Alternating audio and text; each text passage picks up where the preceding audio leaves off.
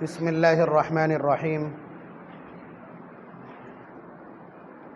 الحمد لله رب العالمين، والصلاة والسلام على سيد الأنبياء والمرسلين محمد وعلى آله وأصحابه أجمعين.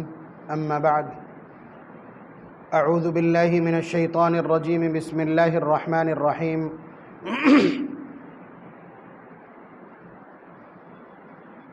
يا أيها الذين آمنوا كتب عليكم الصيام كما كتب على الذين من قبلكم لعلكم تتقون.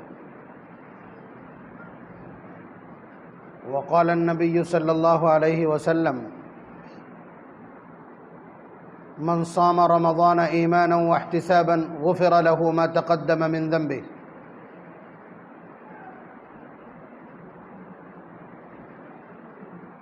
رمضان المبارک کا مہینہ ہے. ہر شخص جانتا ہے، چاہے اس کا علم کتنا ہی مختصر ہو، اس کا ایمان کتنا ہی کمزور ہو، وہ خود اپنے آپ میں کتنا ہی غیر تربیت یافتہ ہو، لیکن وہ جانتا ہے کہ رمضان المبارک کا مہینہ کوئی خاص مہینہ ہے. خصوصیت کیا ہے؟ خصوصیت یہ ہے کہ اللہ تبارک و تعالی ہر چیز کی در اور نرخ سستی کر دیتے ہیں.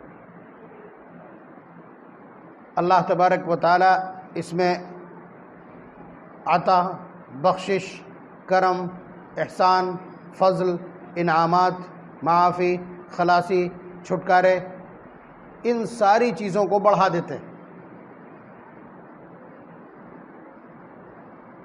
یعنی اپنے سارے خزانے کھول کر کے بیٹھ جاتے ہیں اور پھر خود آواز دیتے ہیں: کون ہے جو روزی کی تلاش میں ہو، میں اسے رزق کی فراوانی عطا کر دوں. کون ہے جو مصیبتوں کا مارا اور مشکلات سے دوچار اور دکھوں کا مارا ہوا ہو، میں اس کے دکھ دور کر دوں، اس کو عافیت عنایت کر دوں. ہے کوئی سوال کرنے والا؟ هل من سائل فأعطيه. روایات کا مجموعہ یہ بتلاتا ہے اور آیات کا خلاصہ اور امت کا توارث یہ بتلاتا ہے کہ اللہ تبارک و تعالی بہانہ تلاش کرتے ہیں اس مہینے میں اپنے بندوں کو بخشنے کا. اللہ تعالیٰ کے تو سیدھا سا معاملہ ہے. وہ چاہتے ہیں کہ میرا بنایا ہوا کوئی انسان یا میرا کوئی بندہ جہنم تک نہ پہنچنے پائے. خود یہ چاہتے ہیں.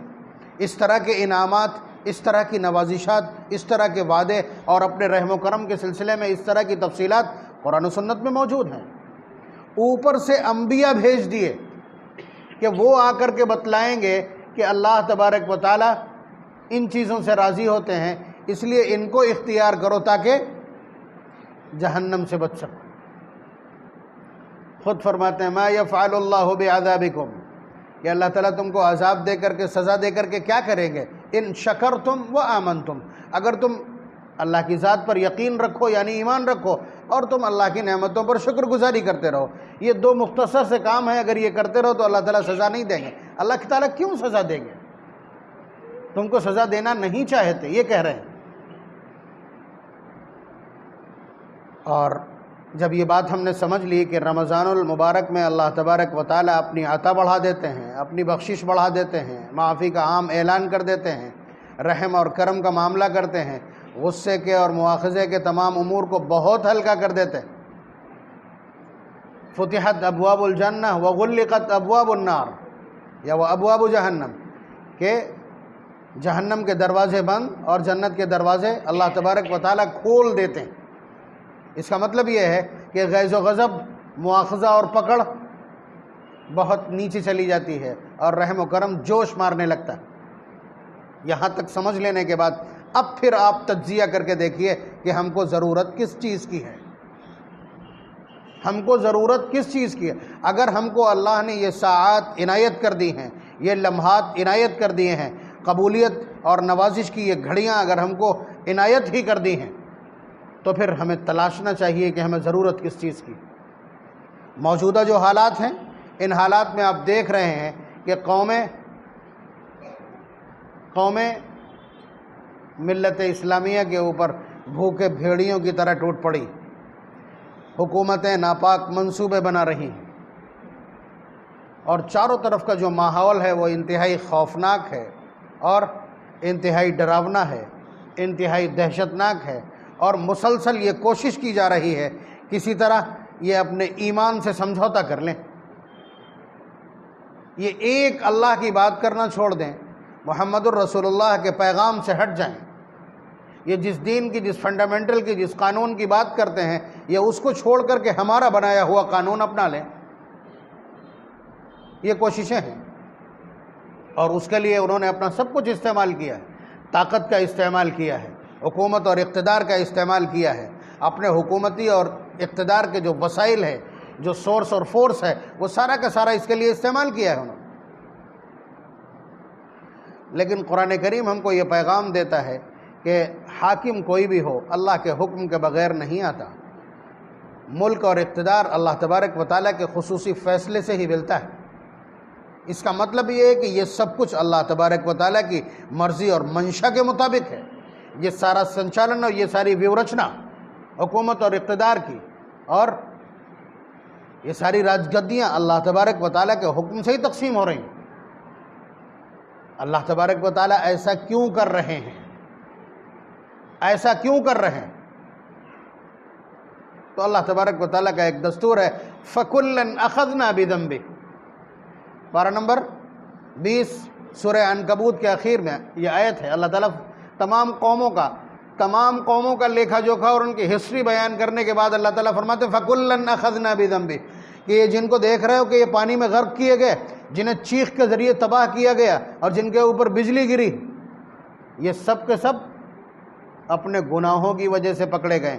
ہمارا دستور ہے کہ جب کوئی گناہ کرتا ہے اور گناہ حد سے گزرتا ہے اور لوگوں کو اپنی طاقت اور اپنے نظام پر ناز ہو جاتا ہے تو پھر ہم پکڑ لیا کرتے ہیں۔ وَكَمْ أَهْلَكْنَا مِنْ قَرْيَةٍ بَطِرَتْ مَعِيشَتَهَا فَتِلْكَ مَسَاكِنُهُمْ لَمْ تُسْكَنْ مِنْ بَعْدِهِمْ إِلَّا قَلِيلًا وَكُنَّا نَحْنُ الْوَارِثِينَ فَخَسَفْنَا بِهِ وَبِدَارِهِ الْأَرْضَ، یہ اس کے پیچھے کی آیات ہیں، پوری ہسٹری اور اتہاس اللہ تعالیٰ بیان کرتے ہیں کہ ہم نے قارون کو ایسے پکڑا، ہم نے حامان کو ایسے کنارے لگایا، ہم نے فرعون کا غرور اس طرح چکنا چور کیا ہے، اور ہم اس سے پہلے بڑے بڑے طاقتوروں کو جو یہ کہتے تھے من اشد منا قوہ، قوم عاد و سمود کو ہم نے پٹک پٹک کے مارا، کأنہم اعجاز نخل خاویہ، کھجور کے کھوکھلے ٹھنڈ کی طرح زمین پر بچھے پڑے تھے۔ تو فَكُلًّا أَخَذْنَا بِذَنبِهِ، اگر یہ حالات ہمارے سامنے آئے ہیں کہ ہمیں سانس لینا دوبھر ہے، ہمیں اپنے حقوق کی بات کرنا مشکل ہے، تو ظاہر ہے یہ اللہ تبارک و تعالیٰ کے حکم سے ہی سب کچھ ہوا ہے، اور اگر اللہ تعالیٰ کے حکم سے ہو رہا ہے تو یقیناً یہ رضامندی اور خوشی میں تو نہیں ہوتا، یہ ناراضگی میں ہی ہوتا۔ تو بہت سیدھا سا معاملہ یہ ہے سمجھنے کے لیے کہ جو حالات ہمارے سامنے ہیں یا جن حالات کا ہم سامنا کر رہے ہیں، جن مشکلات اور مسائل سے ہم اس وقت دوچار ہیں، اور جس طرح ہمارے خلاف مہم چل رہی ہے، جس طرح ہمارے خلاف اقتدار کا طوفان برپا کیا گیا، طاقت کا غلط استعمال کیا گیا، اس سے لگتا یہی ہے کہ اللہ تبارک و تعالیٰ ناراض ہے۔ رمضان المبارک سے بہتر کوئی گھڑی آپ کو نہیں ملے گی، رمضان المبارک سے بہتر کوئی ساعت نہیں آئے گی، رمضان المبارک سے بہتر کوئی زمانہ پورے سال میں آپ کو میسر نہیں آئے گا کہ آپ اتنی آسانی کے ساتھ اپنے پالنہار کو راضی کر لیں۔ حالانکہ اس ذات سے زیادہ کوئی آسان ذات نہیں ہے، کوئی آسان ذات نہیں ہے، سب سے ملنے کے لیے آپ کو اپائنٹمنٹ لینا پڑتا ہے، جتنا بڑا ہوگا اتنی مشکل سے آپ کو ملنا، اور یہ وہ ذات ہے جب چاہو تب پکارو۔ وہ کہتی ہے وَإِذَا سَأَلَكَ عِبَادِي عَنِّي فَإِنِّي قَرِيبٌ، کہ جب بندہ مجھ سے سوال کرتا ہے میں اس کے بہت قریب آ جاتا ہوں۔ نَحْنُ أَقْرَبُ إِلَيْهِ مِنْ حَبْلِ الْوَرِيدِ، میں اس کی شہرگ سے زیادہ اس کے قریب ہوں۔ اور پھر ایک بار استغفر اللہ کہہ دیجئے، مچلتے دل کے ساتھ، پشیمان پیشانی کے ساتھ، ڈبڈبائی آنکھوں کے ساتھ ایک بار کہیے بار الہا مجھ سے غلطی ہوئی ہے، مجھے معاف کر دیجئے، وہ معاف کر دیتے ہیں۔ نہ ان سے بڑا کوئی ہے، نہ ان سے آسانی کے ساتھ راضی ہونے والا کوئی ہے، نہ اتنی آسانی سے کوئی ملنے والا۔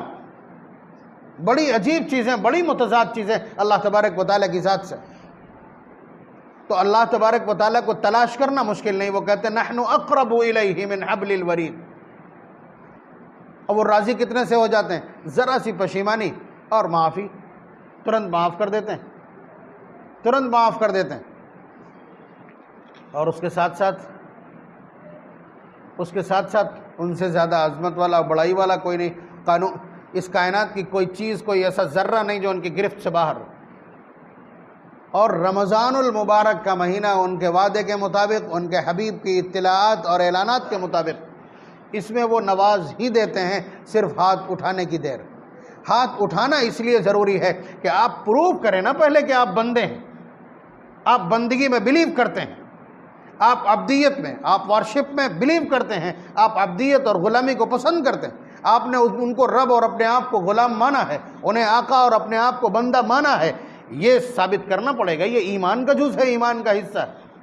اللہ تعالیٰ نے ہم کو پیدا ہی اس لیے کیا ہے، وَمَا خَلَقْتُ الْجِنَّ وَالْإِنسَ إِلَّا لِيَعْبُدُونَ، کہ میں نے انسانوں اور جناتوں کو صرف اپنی عبدیت اور بندگی کے لیے پیدا کیا۔ تو جس مقصد کے لیے پیدا ہوئے ہیں اس کو پروو کرنا پڑے گا، اس کو پروو کرنا پڑے گا، اس کو ثابت کرنا پڑے گا، اس ڈیڈ لائن کو تو کم از کم کوالیفائی کرنا پڑے گا۔ تو دعاؤں کا اہتمام چاہیے۔ بہت آسان ذات ہے راضی ہونے کے لیے کہ اللہ تبارک و تعالیٰ سے ذرا سی معافی مانگی جائے تو وہ معاف کر دیتے ہیں، لیکن اتنا دھیان رہے معافی مانگنے میں اتنا دھیان رہے۔ کچھ لوگ ایسے ہیں جو معافی اس لیے نہیں مانگتے کہ ہم کو گناہ کرنا ہے، گناہ کرنا ہے، اس کا مطلب یہ ہے کہ اللہ تبارک و تعالیٰ کو چیلنج کرنے کا ارادہ ہے۔ بھائی آپ توبہ نہیں کر رہے ہیں اور گناہ پر بزد ہیں، اس کا مطلب اللہ تبارک و تعالیٰ کو چنوتی دینا ہے، ان کو چیلنج کرنا ہے کہ وہ جس چیز سے روک رہے ہیں آپ کہتے ہیں وہ کریں گے، غلطی۔ بھائی بغیر گناہ کے زندگی گزر سکتی، بغیر گناہ کے زندگی گزر سکتی ہے، بلکہ وہی زندگی ہے جو بغیر گناہ کے گزرے۔ کیا ایسے لوگ آپ کو نظر نہیں آتے کہ جو بغیر گناہ کے بھی عزت والی زندگی گزار سکتے ہیں؟ بلکہ عزت والی زندگی وہی کہلاتی ہے، عزت والی زندگی کی پریبھاشا ہی وہی ہے کہ جو گناہوں کو چھوڑ کر کے آئے۔ اللہ تبارک و تعالیٰ کا ارشاد پارہ نمبر 14 سورہ نحل میں دیکھیں، من عمل صالحا من ذکر او انثى وهو مؤمن فلنحيينه حیاة طیبہ، کہ جو مرد اور عورت نیک اعمال کرتا ہے، جو مرد یا عورت نیک اعمال کرے، نیک اعمال کن کو کہتے ہیں؟ پیسے کمانے کو، دکان چلانے کو، دلالی کرنے کو، جھوٹی اور پروپیگنڈے والی عزت کمانے کو، اچھے کپڑے پہننے کو، کسے کہتے ہیں نیک اعمال؟ نیک اعمال وہ ہیں جو جناب محمد الرسول اللہ صلی اللہ علیہ وسلم کے طرز پہ کیے جائیں۔ بہت چھوٹی سی پریبھاشا ہے۔ تو جو اعمال آپ نبی کے مطابق کرتے ہیں، فتح گڑھ کے ایک بہت بڑے گھرانے کے ایک نوجوان کو میرے اس جملے پہ اعتراض ہو گیا تھا۔ ایک جمعے میں تقریر کر رہا تھا کہ جو لوگ نیک اعمال کرتے ہیں، نیک اعمال کرتے ہیں، اللہ تبارک و تعالیٰ ان کو ایک خوبصورت زندگی عنایت کرتے ہیں، آئیڈیل لائف میں نے کہا تھا کہ اللہ تبارک و تعالیٰ انہیں ایک پاکیزہ زندگی عنایت کرتے ہیں، اچھی زندگی گزارنے کو عنایت کرتے ہیں۔ اب اچھی زندگی، اب یہ اس خناس ہے، دماغ کا خناس ہے اتنے بڑے پہ۔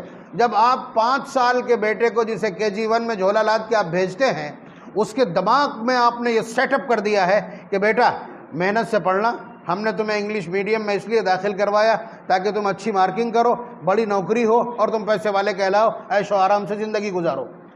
یہ وہ سیٹ اپ ہے، یہ وہ بیج ہے، یہ وہ تخم ہے جو ماں باپ نے اس کے دل اور دماغ میں ڈالا ہے۔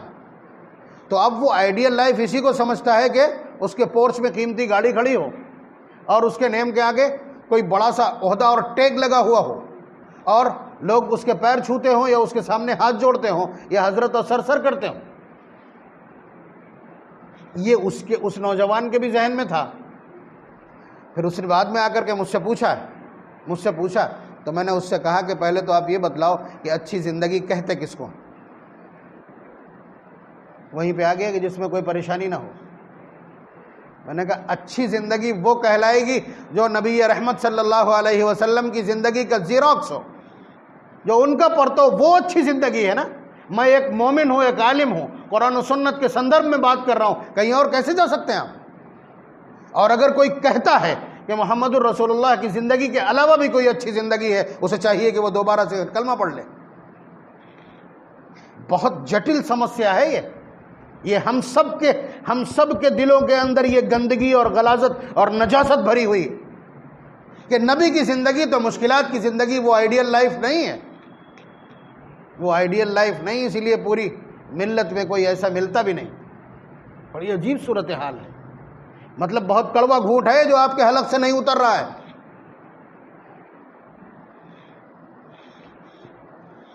تو جو لوگ اچھے اعمال کرتے ہیں اللہ تبارک و تعالیٰ انہیں پاکیزہ زندگی عنایت کرتے ہیں، اور پاکیزہ زندگی کا مطلب یہی ہے. تو آپ اچھے اعمال کریں یعنی گناہوں سے بچیں تو اللہ تبارک و تعالیٰ ایک اچھی زندگی دیں گے. اچھی زندگی کیا ہو سکتی ہے وہ ان سے بہتر کون جانے گا. آپ سے ایک کام کرنے کو کہا کہ آپ اچھے اعمال کیجیے. اچھے اعمال مینس جو اللہ تبارک و تعالیٰ نے منع کیے ان سے مان جائیے، جن کا حکم دیا وہ کیجیے. یہی اچھے اعمال کی پریبھاشا ہے، یہی ڈیفینیشن ہے.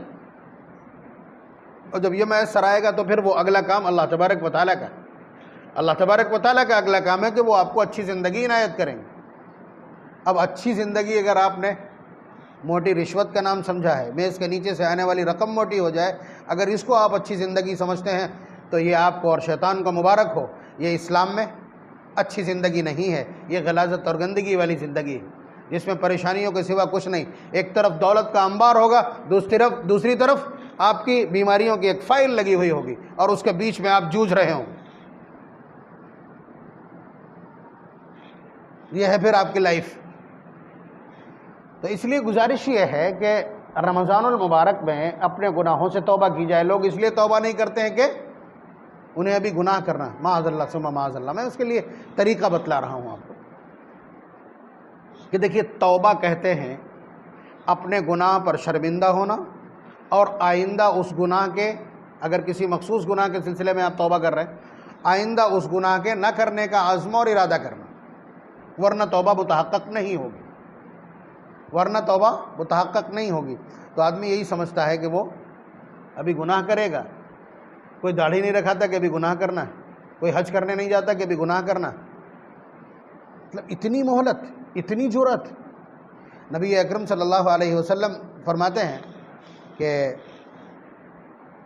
لا تنظروا الى الصغر الذنوب ولكن انظروا على من اجترأتم، کہ تم لوگ کسی گناہ کے چھوٹے ہونے کی طرف مت جاؤ. یہ سوچ لو کہ گناہ چھوٹا ہے، ذرا یہ دیکھنا کہ اس کو گناہ کہا کس نے، کس ذات کے خلاف تم جرأت کرنے جا رہے ہو. یہ دیکھو اس ذات کی عظمت کا حال، گناہ کا چھوٹا بڑا ہونا مت دیکھو. یہ سمجھانے کا ایک خوبصورت اور زبردست طریقہ نبی اکرم صلی اللہ علیہ وسلم کا، کہ تم گناہ کو چھوٹا بڑا کہہ رہے ہو، یہ مت کہو، گناہ کو چھوٹا مت کہو، لیکن یہ دیکھو کہ تم نے جرأت کس کے خلاف کی. ظاہر سی بات ہے گناہ اس عمل کو کہا جاتا ہے کہ اللہ نے جس سے منع کیا اور وہ تم کر بیٹھو، وہ ہم کر بیٹھیں. تو اللہ تبارک و تعالیٰ کی ذات کو کنارے کرنا یہ بہت بڑی جسارت ہے. تو یہ ایک سوچنے کا ایک ویو ہے، ایک ویژن ہے نبی اکرم صلی اللہ علیہ وسلم نے جو عنایت کیا. تو جس وقت آپ توبہ کر رہے ہیں، آپ بالکل 100% کہ یہ بار الہ مجھ سے گناہ ہوتا ہے، گناہ ہو رہا ہے، بلکہ نفس یہ کہتا ہے کہ پھر گناہ ہو جائے گا، لیکن اللہ آپ تو مختار ہیں، آپ بغیر گناہ کی بھی زندگی عنایت کر سکتے ہیں. میں حرام کما رہا ہوں، آپ حلال دے سکتے ہیں. میں غلطیوں میں مبتلا ہوں، آپ اس سے روکنے پر قادر ہیں. یہ کہنے میں کیا دقت ہے کہ آپ نے پالنہار کو بہت چھوٹا سمجھ لیا آپ نے، کہ وہ آپ کی شرطوں پر اور آپ کے بتلائے ہوئے طریقے پر آپ کو زندگی عنایت کرے. ارے ان کے حوالے چھوڑیے اپنے آپ کو، اس کا نام توکل ہے. آپ اللہ کے حوالے چھوڑیے اپنوں اور اپنے وجود کو اور اپنی عملی قوت کو. اللہ تبارک و تعالیٰ کے حوالے کر دیجئے کہ بار الہ مجھ سے گناہ ہوتے ہیں اور مجھے تو اندیشہ یہاں تک ہے کہ گناہ پھر ہو جائے گا، لیکن آپ کی طاقت سے کوئی باہر نہیں. مجھے گناہوں سے پاک زندگی عنایت کیجئے، اب تک جو کچھ کیا ہے اس کو معاف فرما دیجئے. کیا دقت ہے؟ اگلے ہی پل وہ توبہ ٹوٹ جائے کوئی بات نہیں. یہ سن لیجئے اچھی طرح سے، یہ تھن لائن ہے جسے آپ کو سمجھنا ہے. جس وقت آپ توبہ کر رہے ہیں اس وقت آپ کا ارادہ وہی ہونا چاہیے کہ آئندہ کبھی گناہ نہیں کروں گا. میرا پالنہار مجھے گناہ سے روکے گا، مجھے توفیق دے گا گناہ سے رکنے کی. اس وقت آپ کا 100% یہ ارادہ درکار. چاہے اگلے پل آپ کی توبہ ٹوٹ جائے، گناہ سرزد ہو جائے، خدا نہ کرے، لیکن توبہ کرنے کا طریقہ پھر کریں گے. بھائی انسان ہے. بلکہ آپ دیکھیں، انسان نے دھرتی پر آنے کے بعد سب سے پہلا کام کیا کیا ہے؟ کون انسان آیا ہے؟ حضرت آدم علیہ السلام جنت سے نکالے گئے، کیوں؟ ایک گناہ کی پاداش میں، ایک غلطی سرزد ہو جانے کی وجہ سے، ایک خطا قصور اور چوک کی وجہ سے، کہ ایک چیز کھانے سے منع کی گئی تھی، ایک پیڑ چھونے سے منع کیا گیا تھا، اسی کو کھا لیا یا چھو لیا، اللہ تبارک و تعالیٰ نے فوراً زمین پر بھیج دیا، ان کو زمین پر بھیج دیا۔ یہ گناہ تھا، ایک گناہ تھا۔ زمین پر آنے کے بعد فوراً احساس ہو گیا کہاں وہ نعمتیں اور کہاں یہ لو کے تھپیڑے، کہاں دھکے کھانا، کہاں جنت اور کہاں یہ زمین، تو پریشان ہو گئے۔ تو حضرت آدم علیہ السلام سمجھ گئے کہ کوئی نہ کوئی بڑی خطا سرزد ہو گئی ہے جس کی یہ اتنی بڑی سزا، تو فوراً ہاتھ پھیلا دیے۔ وہی جملے جو آپ ہمیشہ دعا میں سنتے اور بولتے ہیں، ربنا ظلمنا انفسنا وان لم تغفر لنا وترحمنا لنکونن من الخاسرین، اے اللہ ہم دونوں نے اپنی جانوں پر ظلم کیا کہ آپ کی بات نہیں مانی، اور ہم سے یہ غلطی سرزد ہو گئی ہے، اگر آپ معاف نہیں فرمائیں گے تو ہمارا تو ناس ہو جائے گا، ہم تو بڑے خسارے میں، بڑے ٹوٹے میں چلے جائیں۔ یہ پہلا جملہ ہے جو کسی انسان نے اس دھرتی کے اوپر بولا ہے۔ تو سب سے پہلا کام کیا ہے؟ اپنے گناہوں سے توبہ کرنا، اپنے گناہوں سے توبہ کرنا۔ یہ نیچرل فیلنگز تھی، یہ نیچرل فیکٹس ہے، ہم سب آدم کی اولاد ہیں، اس کا مطلب یہ ہے کہ گناہ سرزد ہوگا۔ اگلے ہی پل اس کا علاج یہ ہے کہ ہم کو توبہ کرنا۔ شیطان کے اور انسان کے علم میں فرق بھی یہی ہے کہ شیطان سے غلطی ہوئی، چڑھ آیا، کہنے لگا خلقتنی من نار وخلقتہ من طین انا خیر منہ، کہ آپ مجھ سے کہہ رہے ہیں کہ میں آدم کے سامنے جھکوں سجدہ کروں جبکہ میں اس سے بہتر ہوں۔ یعنی اس نے گناہ کیا، اس گناہ کی لاجک پیش کی، اس نے اللہ تبارک و تعالیٰ سے مخاصم ہوا، اللہ تبارک و تعالیٰ سے حجت کی اور مقدمات کی تفصیل پیش کرنے لگا۔ اللہ تعالیٰ نے فرمایا ہمارے ہاں صرف مانا جاتا ہے، نکل یہاں سے۔ دوسری طرف آدم سے بھی اسی ٹائم غلطی ہوئی، اسی پیریڈ میں آدم سے بھی غلطی ہوئی۔ یہ اللہ تبارک و تعالیٰ کا ایک ڈسکرپشن ہے انسان اور شیطان کے بیچ کا، کہ حضرت آدم علیہ السلام سے غلطی ہوئی تو کیا کیا انہوں نے؟ سیدھے ہاتھ پسار دیے، بار الہ غلطی ہوئی ہے، ہم نے زیادتی کی ہے، ہمیں معاف کر دیجئے۔ روایات یہاں تک ہیں کہ 300 سال تک مسلسل توبہ کی، 300 سال عمر کے استغفار میں گزارے۔ تفصیلات یہ ہیں چونکہ 120 فٹ لمبائی تھی ان کی، آپ سمجھ رہے ہیں، تو اسی حساب سے قد تھا۔ آنسو بہے تو نشانات پڑ گئے اور زمین پر نالیاں بن گئیں، دھار کے ساتھ وہ گرے ہیں تو نالیاں بن گئیں۔ اتنی زبردست توبہ اور اتنی زبردست استغفار اللہ تبارک و تعالیٰ کی بارگاہ میں اور معافی کی درخواست، یہ انسانیت کی فطرت ہے کہ اس سے جب غلطی ہو جائے تو کرنا کیا؟ یہ پہلا عمل ہے انسانیت کا۔ رمضان المبارک اس کا سیزن، ہمارا رب ہم سے ناراض ہے، یہ طے ہے، ہمارا رب ہم سے ناراض ہے، ماحول یہ بتلا رہا ہے، دشمنوں کا اور قوموں کا ہمارے اوپر چڑھ آنا یہ بتلا رہا ہے کہ اللہ تبارک و تعالیٰ کہیں نہ کہیں ناراض ہے۔ آہیں ٹوٹ جاتی ہیں، دعائیں تھم رہی ہیں، اور مسلسل محمد صلی اللہ علیہ وسلم کی یہ محبوب امت جس کے بارے میں اللہ تعالیٰ نے کہا هو اجتباکم، تم بہت چنندہ اور بہت چیدہ شخصیات پر مشتمل ایک امت ہو، کنتم خیر امہ، امام الانبیاء کی امت، اور اس کے باوجود اس وقت انسانیت کی سب سے نچلے پائیدان پر، اسٹیٹس کے نام پر صفر، ذلت اس کا مقدر بن گئی، جس سے وعدہ کیا گیا تھا وَأَنْتُمُ الْأَعْلَوْنَ إِن كُنْتُم مُؤْمِنِينَ سَنُلْقِي فِي قُلُوبِهِمُ الرُّعْبَ وَكَانَ حَقًّا عَلَيْنَا نَصْرُ الْمُؤْمِنِينَ إِنَّا لَنَنصُرُ رُسُلَنَا۔ یہ وعدے تھے اور ان وعدوں کے باوجود ذلت اور رسوائی، اس سے تو لگتا یہ ہے کہ ناراضگی حد سے گزر گئی، بہت ناراض۔ اب آپ کے پاس یہ موقع ہے کہ رمضان المبارک میں اللہ تبارک و تعالیٰ راضی ہوتے اور آسانی سے راضی ہو جاتے، تو رمضان المبارک کو اسی کام کے لیے استعمال کریں کہ اپنے رب کو راضی کریں۔ بہت آسان، میں نے بتایا کتنا آسان ہے انہیں راضی کرنا، اپنے گناہوں سے توبہ کر لینا، آئندہ گناہ نہ کرنے کا عہد کر لینا، اور ان کے سامنے اظہار نیاز مندی کرنا۔ بات کرنے کا طریقہ، اے اللہ ہمیں معاف کر دے، اے اللہ ہمیں معاف کر دے، ان میں مزہ نہیں۔ آپ کا دل بھی تو بولے کہ اے اللہ حالات یہ بتلا رہے ہیں کہ آپ ناراض ہیں، اور آپ کی ناراضگی ہمیں کہیں کا نہیں چھوڑے گی۔ آپ ناراض ہیں، آپ کے ناراض ہونے کے بعد اس کائنات میں ہمارے لیے کچھ بھی نہیں بچتا۔ اے اللہ بے شک ہم نے گناہ کیے ہیں، ہم بڑے گنہگار ہیں، لیکن اے اللہ ایسے گنہگار ہیں جو آپ کے سامنے اپنے گناہ کا اعتراف کر رہے ہیں، اور آپ تو رحیم ہیں، آپ کریم ہیں، آپ معاف ہی کر دیتے ہیں۔ اے اللہ مجھے بھی معاف کر دیجیے، میں گنہگار ہوں، کسی عدالت میں ناقابل معافی ہوں۔ آپ اس طرح جب گفتگو کریں گے، اس طرح جب بات کریں گے، تو آپ یہ بتلائیے کہ آپ اپنی آنکھوں کے آنسو کیا روک پائیں گے؟ آپ اپنے دل کی دھڑکنوں کو کیا تھام پائیں گے؟ کیا آپ کی کیفیت ویسی نہیں ہوگی جیسی اللہ تعالیٰ چاہتے ہیں؟ اس طرح جب آپ بات کریں گے، الفاظ آپ کے پاس نہ ہو کوئی بات نہیں، ایموشنز ہونا چاہیے۔ ایک گونگا جب دعا مانگتا ہے تو کیا کرے گا وہ؟ الفاظ درکار نہیں ہیں بالنہار کو۔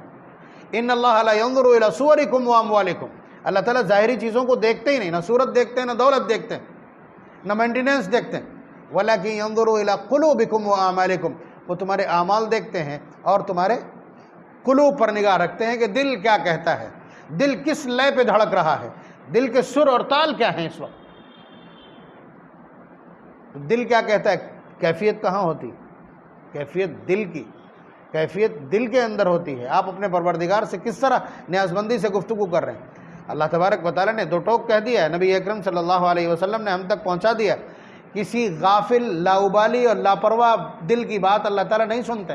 آپ یہاں تو ایسے کر رہے ہیں، آمین کر رہے ہیں، دماغ کہیں اور ہے، نہیں سنتے، نہیں سنتے۔ انہیں کیا پڑی؟ وہ قادر مطلق ہیں، وہ ہم جیسے کئی بار مٹا کر کے دوسرے پیدا کر سکتے ہیں، اور کہہ چکے ہیں وَإِن تَتَوَلَّوْا يَسْتَبْدِلْ قَوْمًا غَيْرَكُمْ ثُمَّ لَا يَكُونُوا أَمْثَالَكُمْ۔ یاد رکھو اس راہ کو اختیار کرو جو ہم نے بتلائی ہے یا نبی کو دے کے بھیجی ہے، ورنہ ہم طاقت یہ بھی رکھتے ہیں کہ تم کو مٹا دیں اور دوسرے لوگ پیدا کریں جو تم جیسے نہیں ہوں گے، کہہ چکے ہیں۔ تو اس لیے رمضان المبارک کا استعمال توبہ کے لیے، اپنے رب کو راضی کرنے کے لیے۔ گھٹنے رکھ دیجئے آپ، جس طرح ماں ناراض ہو جائے، باپ ناراض ہو جائے، تو آپ یا کوئی اور ناراض ہو جائے، خالی کسی بہت معمولی رشتہ دار کو شادی میں منانے کے لیے کہیں اس کو لیے جا رہے ہیں، کہیں اس کو لیے جا رہے ہیں، جبکہ کچھ نہیں، وہ آج مانے گا کل بھی پھر وہی حرکتیں کرے گا، اس پر تو اتنا زور ہے۔ دوست کو منانے کے لیے ایڑی چوٹی کا زور ہے، اپنے اس پروردگار کو جس نے ایک قطرے سے پیدا کر کے اتنا خوبصورت بنایا آپ کو، اور اس کے بعد مکمل طور پر وہی آپ کو رزق پہنچا رہا ہے اور تمام امور کا وہی اکیلا مالک ہے، اس کو راضی کرنے کی کوئی کوشش نہیں ہے، جبکہ یہ معلوم ہے کہ وہ ناراض ہے۔ تو اس کی فکر ہوگی انشاءاللہ، امید ہے اس کی فکر کی جائے، رمضان المبارک کو اس کے لیے پلیٹ فارم کے طور پہ استعمال کیا جائے، اور رمضان المبارک کے اس عرصے کو اسے سیزن کے طور پہ استعمال کیا جائے۔ وہ خود اعلان کرتے ہیں، اور یہ ان کی رضا کا ہی اور باقاعدہ انتظامات ہیں اس طرح کے کہ آپ کی دعا عرش تک پہنچے۔ آپ کی دعا کو طاقتور بنانے کے لیے اللہ تبارک و تعالیٰ نے طرح طرح کے سامان کر دیے، مخلوقات جتنی بھی ہیں، پورا سسٹم بریک کیا ہے صرف آپ کی دعاؤں کو طاقت پہنچانے کے لیے۔ مچھلیوں سے کہہ دیا تمہارا کام صرف یہ ہے کہ جب محمد صلی اللہ علیہ وسلم کے روزے دار دعا کریں تو تم آمین کہو۔ یہ معصوم مخلوقات ان کی تو پہنچتی ہے، اور جو چرند اور پرند ہیں ان کی بھی ڈیوٹی یہی ہے کہ جب جب دعا ہو تو وہ آمین کہیں۔ یہ درخت، پیڑ پودے جو باقاعدہ عقل اور شعور نہیں رکھتے، صرف معمولی سی حیات ہے ان میں، لیکن انہیں بھی اللہ تبارک و تعالیٰ نے اس کام پر لگا دیا۔ اس کا مطلب یہ ہے کہ انہوں نے کائنات کے پورے نظام کو تبدیل کر دیا، چلتے ہوئے سسٹم کو بریک کر کے ایک نیا پراروپ انہیں دیا ہے، پروفارما دیا ہے، پھر ان سب کو آپ کی خدمت میں لگایا ہے۔ ہم گنہگار ہیں، ہم نے اپنے رب کو ناراض کیا ہے، اس کے باوجود اس رب کی نوازشات کا عالم یہ ہے کہ وہ ہم کو بخشنا چاہتے ہیں، اور بخشنے کے لیے انہوں نے یہ اپروچز استعمال کی اور اس کو بتلا دیا ہم تک بطور خبر، اس کائنات کی سب سے سچی ہستی کے ذریعے سے بطور پیغام ہم تک پہنچوا بھی دیا۔ اس لیے سب سے اچھا وقت وہ ہے جس وقت آپ سحری کے لیے اٹھتے ہیں، 10 منٹ نکال لیجئے، 4 رکعت نماز پڑھیے، 6 رکعت 8 رکعت نماز پڑھیے، اور اس وقت جب آپ تنہائی میں بالکل تنہا ہوں، آپ بہتر ہوگا چھت ہو اگر ٹھیک ٹھاک تو چھت پہ نکل جائیے، اور پھر دیکھیے آپ کی کیفیت کیا ہے۔ آپ کے لیے بہت آسان ہوگا اپنے رب کو راضی کرنا۔ براہ راست جب اس کی رحمت کی زد میں ہوں گے، آپ محسوس کریں گے کہ وہ مجھے دیکھ رہا، وہ آسمانی دنیا پر، وہ قریب ہے آپ کے۔ اس وقت جب آپ دعا کریں گے اس وقت جب اپنے پالنہار کو پکاریں گے تو آپ اپنی کیفیت دیکھیں گے، آپ کو اس وقت احساس ہوگا بندگی کہتے کس کو ہیں، اور اللہ تبارک و تعالیٰ کی پکار کا مزہ کیا ہے، اور ان کی محبت کا، ان کی معرفت کا مزہ کیا ہے، حلاوت کیا ہے، اور عشق کی چاشنی کیا ہوتی۔ مجھے امید ہے یہ محسوس ہوگا۔ بہتر ہوگا اس سے پہلے تھوڑا سا استغفار کر لیں تو دل تھوڑا اور آئینے کی طرح صاف ہو جائے گا، اور پھر بہت آسان ہوگا اللہ تبارک و تعالیٰ کے جلال اور اس کے نور کا عکس محسوس کرنا۔ اللہ تبارک و تعالیٰ ہم سب کو رمضان المبارک کے ایک ایک لمحے کو اپنی رضا کے لیے استعمال کرنے کی توفیق مرحمت فرمائے۔ وآخر دعوانا ان الحمد للہ رب العالمین۔